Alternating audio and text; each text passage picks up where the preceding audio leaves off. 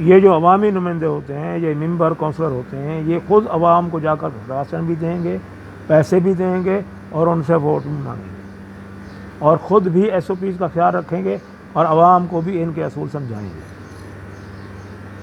اور یہ عدلیہ بھی مصروف ہو جائے گی، اس طرح کے مفت بونگیاں نہیں مارے گی۔ یہ فیصلے نہیں ہو رہے، یہ بونگیاں بھی ماری جا رہی ہیں۔ اس میں کوئی قانون نہیں ہے، کسی قسم کے قانون کا یہ نہیں ہے کہ آپ گورنمنٹ کو ڈسٹرب کریں، آپ گورنمنٹ جو کام کر رہی ہے اس میں مداخلت کریں۔ کسی بھی ملک میں یہ قانون نہیں ہے۔ دنیا میں 200 سے زیادہ ممالک ہیں، کسی ملک کی عدلیہ نے گورنمنٹ کو اس بنیاد پر چیٹ نہیں کیا ہے۔ ہماری عدلیہ گورنمنٹ کو چیٹ کر رہی ہے، اور ہمارے جو ناقدین ہیں، ہمارے جو مخالف میڈیا والے ہیں، وہ اس بات کو اچھال رہے ہیں۔ آپ نے جس بنیاد پر یہ آرڈر جاری کیا ہے سندھ حکومت کے لیے، سندھ حکومت بدماش حکومت ہے، غنڈہ حکومت ہے، وہ کسی عدالت کو نہیں مانتی، کسی حکم کو نہیں مانتی، کسی چیز کو نہیں مانتی، وہ اپنا کام کرے گی جس طرح وہ کر رہی ہے، وہ آپ کے آرڈر پر کوئی عمل نہیں کرے گی۔ آپ نے جو آرڈر یہ جاری کیا ہے وہ صرف گورنمنٹ آف پاکستان کے لیے کیا ہے، پنجاب کے لیے کیا ہے، خیبر پختونخوا کے لیے کیا ہے۔ اگر یہ لوگ آپ کو آرڈر کی پابندی نہیں کریں گے، آپ ان کو نہل کر گھر بھیج دیں گے، اور ملک میں اگر ہنگامے پھوٹ پڑے تو پھر مارشل لا اور کرفیو لگانا پڑے گا۔ اگر مارشل لا اور کرفیو لگا دیا گیا تو آپ سمجھیں کہ حکومت ناکام ہو گئی ہے، یعنی آپ حکومت کو گھر بھیجنے کا ایک بہانہ ڈھونڈ رہے ہیں۔ دوسرا بات آپ نے کی ہے کہ آپ نے اس جگہ پر پیسہ خرچ کیا ہے، زیادہ خرچ کیا ہے۔ ابھی میں آپ کو ایک بات بتاتا ہوں، یہ جو اقدامات کرونا کے بارے میں گورنمنٹ نے اٹھائے ہیں وہ ایمرجنسی میں اٹھائے گئے۔ ایمرجنسی میں کوئی بھی اٹھایا گیا قدم وہ مہنگا ہوتا ہے۔ آپ پاسپورٹ بنوانے جائیں، شناختی کارڈ بنوانے جائیں، ان کو کہیں کہ ہمیں ایمرجنسی لینا ہے، وہ آپ سے 1500 روپے مانگے گا، پاسپورٹ کا 12,000 مانگے گا، نارمل 8,000 ہے، ٹھیک ہے، اور شناختی کارڈ کا 300 ہے۔ ایمرجنسی آپ بولیں گے وہ آپ سے 1500 مانگے گا۔ تو کیوں؟ ایمرجنسی کے جو ریٹ ہوتے ہیں وہ زیادہ ہوتے ہیں۔ اسی طرح آپ ایک مکان بناتے ہیں، آپ مستری کو کہتے ہیں مجھے یہ مکان 1 ہفتے کے اندر چاہیے، تو مستری کیا کرے گا؟ زیادہ مزدور ہائر کرے گا، زیادہ مستری ہائر کرے گا، یعنی پہلے 1 مستری کام کر رہا ہے، پھر وہ 6 مستری لے آئے گا، پھر وہ 12 مزدور لے کر آئے گا۔ اس سے کیا ہوگا؟ کاسٹ بڑھے گی۔ جب کاسٹ بڑھے گی تو آپ یہ کہیں گے فلاں کا مکان تو 2,000 میں بنا، 2 لاکھ میں بنا، ہمارا مکان 6 لاکھ میں کیسے بن گیا؟ بھائی آپ نے کوئی ایمرجنسی چاہیے نا، ایمرجنسی میں تو یہی ہوتا ہے۔ اسی طرح ہمارے جو ایس او پیز کے تحت اقدامات کیے گئے ہیں کرونا کے سلسلے میں، جو ہمارے سینٹر بنائے گئے ہیں، کوارنٹین سینٹر بنائے گئے ہیں، وہ ایمرجنسی بنائے گئے۔ گورنمنٹ نے باہر سے جو ادویات منگائیں، باہر سے جو میڈیکل کا سامان منگایا وہ بھی ایمرجنسی میں منگوایا۔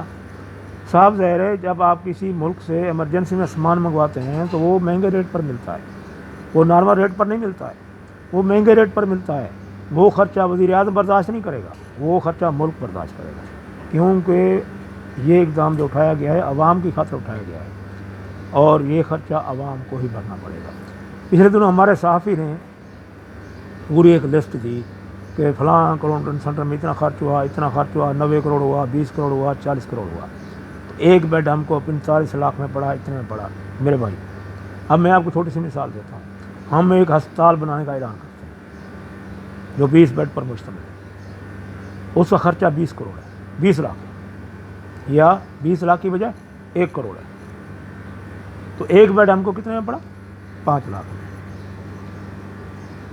اب ہم یہ کہیں گے یہ 3 ڈبے کا تو بیڈ ہے، میرے بھائی بیڈ ہوتے ہی پیپ کے 3 ڈبے کے ہی ہوتے ہیں، ٹھیک ہے، آپ کسی بھی سرکاری مرض میں چلے جائیں 3 ڈبے کے ہی ہوتے ہیں، کوئی لوہے کے نہیں ہوتے، لوہے کے ہوں تو بھاری ہوتے ہیں، وہ اٹھائے نہیں جاتے، یہ ہمیشہ پیپ کے ہی ہوتے ہیں، ٹھیک ہے، یہاں UAE میں بھی ایسے ہے، پوری دنیا میں ایسے۔ اس کے بعد آپ کہیں گے کہ ایک بیڈ کا جو خرچہ ہے وہ ہے 5 لاکھ، تو بہت مہنگا۔ میرے بھائی وہ ایک بیڈ نہیں ہے، وہ پوری بلڈنگ ہے، سٹاف ہے، سٹاف کے رہنے کی جگہ ہے، سٹاف کو جو رہائش پرووائڈ کرنی ہے وہ بھی گورنمنٹ نہیں کرتی، عملے کی جو سہولیات ہیں، کھانا پینا، بیٹھنا سونا، تمام چیزیں گورنمنٹ نے پرووائڈ کرنی، وہ بھی اسی خرچے میں آئے گا۔ ہسپتال کے عملے میں کون کون سے لوگ شامل ہوتے ہیں؟ ڈاکٹر ہوتا ہے, میڈیکل سٹاف ہوتا ہے, اور صفائی والے ہوتے ہیں. صفائی کا خاص خیال رکھا جاتا ہے, صفائی والے ہوتے ہیں. یہ سب گورنمنٹ ملازم ہوتے ہیں, ان کو تمام فیسلٹی گورنمنٹ نے دینی ہوتی ہے. اس لیے ایمرجنسی میں اگر یہ اقدام اٹھایا جائے, کوئی ہسپتال بنایا جائے, تو وہ ہمارا ڈبل پیسے میں بنے گا. اگر ایک ہسپتال 1 کروڑ میں بنا ہے تو اس کو ہم جب ہم ایمرجنسی میں بنائیں گے تو ہمارا 2 کروڑ میں بنے گا. تو ایک بیڈ پر ہمارا 10 لاکھ خرچہ آئے گا. وہ ایک بیڈ پر نہیں ہے, پوری بلڈنگ پر ہے. لیکن آپ کے عقل کو داد دینا پڑے گی کہ آپ ایک بیڈ پر لے آئے اس کو. بیڈ تو وہی 2000-3000 کا ہے, اس کو باہر دھوپ میں بچھا دو. میرے بھائی اس کے لیے بلڈنگ چاہیے, اس کے لیے سایہ چاہیے, اس کے لیے اے سی چاہیے, اس کے لیے پنکھا چاہیے, فین چاہیے, بجلی کی فٹنگ چاہیے, یہ ساری سامان چاہیے, لیٹرین چاہیے, غسل خانہ چاہیے, صفائی کا عملہ چاہیے. یہ تمام چیزوں کو کیلکولیٹ کر کے آپ یہ بتائیں کہ وہ بنتا ہے بیڈ 5 لاکھ کا کہ نہیں بنتا ہے. اپنی کیلکولیشن درست کریں, اپنی جو چیزیں ہیں وہ درست کریں. اچھا, اس کے بعد میں آپ کو عدلیہ کی طریقہ واردات بتاتا ہوں. عدلیہ کا طریقہ واردات کیا ہوتا ہے. اب لاسٹ میں جو گورنمنٹ کو وارننگ دی جائے گی وہ یہ دی جائے گی کہ آڈٹ کرایا جائے. آڈٹ ہو جائے گا, اب جو رپورٹ پیش ہوگی اس میں بحث شروع ہو جائے گی. آڈٹ بنانے والا ہمارے جیسا ایک عام آدمی ہوتا ہے, پڑھا لکھا ہوتا ہے, اکاؤنٹنٹ ہوتا ہے, نہ تو وہ وکیل ہوتا ہے نہ جج ہوتا ہے. اس کو نہیں پتہ جج کیا سوال کرے گا, اس کو نہیں پتہ جج کون سا پوائنٹ اٹھائے گا, اس کو نہیں پتہ کہ جج کس چیز پر اختلاف کرے گا. جب آڈٹ ہوگی اس میں یہ نہیں لکھا جائے گا یہ ایمرجنسی میں ہم نے لیا اس لیے مہنگا پڑا. یہ لکھا جائے گا ہم نے 30,000 کا یہ بیڈ خریدا, نارمل 10,000 کا ہے. اب عدالت اس پوائنٹ کو اٹھائے گی یہ نارمل 10,000 کا ہے, آپ نے 30,000 کا کیوں خریدا. عدالت کو یہ پتہ نہیں ہے وہ ایمرجنسی میں خریدا گیا اس لیے مہنگا ہے. یہ پوائنٹ عدالت اٹھائے گی. اس کے بعد عدالت فل اسٹاپ دیکھتی ہے, قومیں دیکھتی ہے, ڈیش دیکھتی ہے, زیر زبر دیکھتی ہے, نقطے دیکھتی ہے. اس چیز کا خیال نارمل طور پر نہیں رکھا جاتا, لیکن عدالت انہی چیزوں پر بحث کرتی ہے اور انہی چیزوں کو مد نظر رکھتے ہوئے فیصلے سناتی ہے. ابھی پچھلے دنوں عدالت نے ایک بہت بڑے مجرم کو ریلیف دیا, یعنی اس کو چھوڑ دیا. کس چیز پر؟ پوری تفتیش پر نہیں, صرف ایک پوائنٹ تھا کہ جو تفتیشی افسر تھا اس نے ٹائم میں فرق لکھا تھا. یعنی جس ٹائم اس کی تلاشی لی گئی وہ اور جس ٹائم اس کو لاہور پیش کیا گیا وہ, اس کے ٹائم میں تھوڑا فرق تھا, 5 منٹ کا فرق تھا. اب تفتیشی افسر ہر وقت گھڑی تھوڑی دیکھتا ہے, وہ اپنے کام پر توجہ دے یا گھڑیاں دیکھتا رہے. بعض اوقات افسروں کو یہاں گھڑیاں بھی نہیں ہوتی, موبائل سے دیکھتے ہیں. موبائل کا 5 منٹ ٹائم آگے بھی ہو سکتا ہے پیچھے بھی ہو سکتا ہے. اور اس بنیاد پر اس سب سے بڑے مجرم کو چھوڑ دیا گیا اور کہا گیا جو تفتیشی افسر نے یہ پوائنٹ لکھے ہیں یہ غلط ہے. یعنی پورے کیس کا ستیہ ناش کر دیا گیا صرف ایک ٹائم پوائنٹ پر. اسی طرح عدالت کو جب یہ آڈٹ کرانے کا آرڈر دے گی, عدالت کو یہ آڈٹ رپورٹ جب پیش کی جائے گی, عدالت ان نقطوں پر, ان فل اسٹاپ پر, ان کاموں پر فیصلہ دے گی. پورے کیس کو نہیں پڑھے گی, کیونکہ پورے کیس کو پڑھنے کے لیے پھر فیصلہ دینا پڑے گا. فیصلہ دینے کے لیے عدالت کا ٹائم نہیں ہے, کیونکہ عدالت مکمل طور پر اپوزیشن میں ہے, اپوزیشن میں بیٹھی ہوئی ہے. وہ ملک کے خلاف فیصلہ دے گی اور دشمنوں کے ہاتھوں کھیل رہی ہے ہماری عدالت. میں آپ کو بتا رہا ہوں ایک شہری کی حیثیت سے, ایک پاکستانی کی حیثیت سے, ہمیں عدالت کو کنٹرول کرنا پڑے گا. اگر ہم نے عدالت کو کنٹرول نہ کیا تو یہ عوام ہماری باہر آئے گی. جب عوام باہر آئے گی تو ہنگامے پھوٹ پڑیں گے. جب ہنگامے پھوٹ پڑیں گے تو یہ حکومت بھی جائے گی, ہو سکتا ہے یہ ملک بھی جلا جائے. ان اداروں کو اپنے آنکھیں اور کان کھلے رکھنے چاہیے. یہ ہماری عدلیہ کس کے اشاروں پر ناچ رہی ہے, کس کے اشاروں پر یہ فیصلے دے رہی ہے.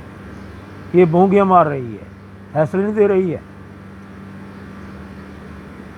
فرض کرو یہ پورا جو کرونا کا سسٹم ہے یہ موجودہ گلزار صاحب کے حوالے کر دیا جائے, اس کو کنٹرول کرے حکومت, اس کے پیچھے کھڑی جائے, جو حکم یہ جاری کرے اس کو فالو کیا جائے. تیسرے دن اس کی پتیسی باہر آ جائے گی, کیونکہ ہماری عدالتوں میں اتنا عقل شعور نہیں ہے. جتنا عقل اور شعور ہماری آرمی کے اندر ہے اور گورنمنٹ کے اندر ہے. کیونکہ گورنمنٹ کو اور آرمی کو چومکھی جنگ لڑنی پڑتی ہے، باہر کے دشمن کا بھی مقابلہ کرنا ہے، اندر کے دشمن کا بھی مقابلہ کرنا ہے، جبکہ ہماری جو عدلیہ ہے ان کو ایک ہی ٹارگٹ دیا گیا ہے کہ آپ نے اس گورنمنٹ کو ہٹانا ہے، اور وہ اسی ٹارگٹ پر کام کر رہی ہے، تو یہ غلط ہے۔ میں as a Pakistani, as a ایک میڈیا اینکر کی ہوتے ہوئے یہ گورنمنٹ سے بھی اپیل کروں گا اور مقتدر اداروں سے بھی اپیل کروں گا کہ خدا را ان فیصلوں کو روکیے۔ اگر آپ کے پاس روکنے کا ذریعہ نہیں ہے، پھر عوام روکے گی، جب عوام روکے گی ہنگامے پھوٹیں گے، ہنگامے پھوٹیں گے تو یہ ملک بھی جائے گا اور یہ حکومت بھی جائے گی۔ یہ گو کہ سندھ حکومت کی طرف اشارہ ہے عدالت کا، نہیں، سندھ حکومت تو کسی کی بات مانتی نہیں ہے، نہ وہ وفاق کی، نہ وہ آرمی کی، نہ وہ عدالت کی۔ منوا لو، کسی کی ہمت ہی نہیں ہے ان کو منوانے کی، کیونکہ زرداری صاحب 5 سال صدر رہے، انہوں نے یہ جو عدلیہ کا سسٹم ہے اپنے حق میں کیا، اپنے حق میں بٹھایا۔ ایان علی کا کیس تو آپ کو یاد ہوگا، اس کا کیا فیصلہ؟ کوئی فیصلہ نہیں۔ جس گورنمنٹ ملازم کو، انسپکٹر کو مارا گیا، اس کا کیس تک بھی نہیں کھولا گیا۔ کیا یہ انصاف ہے؟ اگر یہ وہی عدلیہ ہے، ایان علی کو 1 سال تک جیل میں رکھا، 1 سال تک کچھ بھی نہیں کیا، اس کا میک اپ بھی وہاں پہنچتا رہا، وی آئی پی ٹریٹ دیا گیا۔ ایک کنجری کو یار وی آئی پی ٹریٹ مل رہا ہے ہمارے ملک میں، اس کے علاوہ ثبوت اور کیا ہوگا؟ وہ ایک کنجری تھی، ناچنے میں ڈانس کرنے والی تھی، وہ ایک طوائفہ تھی، وہ کسی کی رکھیل تھی، ہمارے ملک کا پیسہ لوٹ کے باہر جا رہی تھی، اس کو کسی گورنمنٹ ملازم نے روکا، انسپکٹر نے روکا، اس کو ساری ثبوتوں سمیت روکا، اس کو دوسرے دن مار دیا گیا، ہماری عدالت چپ۔ یعنی اپنے ہی گورنمنٹ ملازم کو، اپنے ہی ایجنسی کے لوگوں کو تحفظ نہیں ہے، سیاستدانوں کو تحفظ ہے۔ 20 سے زیادہ پیپل پارٹی کے لوگ پکڑے گئے، ان کے اوپر کیس ثابت ہوئے، کرپشن ثابت ہوئی، ان کو چھوڑ دیا گیا۔ ٹھیک ہے، آج کی ٹپس میرے لیے اتنا ہی کافی ہے کہ گورنمنٹ کے اداروں کو تھوڑا عقل کے ناخن لینے ہوں گے، اور اگر انہوں نے عقل کے ناخن نہ لیے تو پھر عوام روڈ پہ آ جائے گی، اور پھر ہنگامہ آرائی ہوگی اور خانہ جنگی ہوگی، اس کے علاوہ اور کچھ نہیں۔ تو میری ویڈیو کو اگر آپ کو پسند آئے تو اسے لائک کریں، شیئر کریں، سبسکرائب کریں، اور اگر ویڈیو میں کوئی فالٹ آپ کو نظر آئے تو کمنٹس میں اس کو لکھیں۔ ٹھیک ہے، میں تو اتنا ہی کہوں گا سیاسی ٹپس کے بارے میں، ہمارے ادارے اس وقت صحیح نہیں، جس میں ہمارا اہم ادارہ جو عدلیہ ہے وہ صحیح نہیں۔ اس نے جو موجودہ فیصلہ دیا ہے، اس فیصلے سے ہماری جگ ہنسائی ہوئی ہے، پوری دنیا والے لوگ ہنس رہے ہیں۔ کیا پاکستان کی عدالتیں پاکستان کے خلاف فیصلے دے رہی ہیں؟ سوچئے، جس ملک کا کھائیے اس کا گائیے۔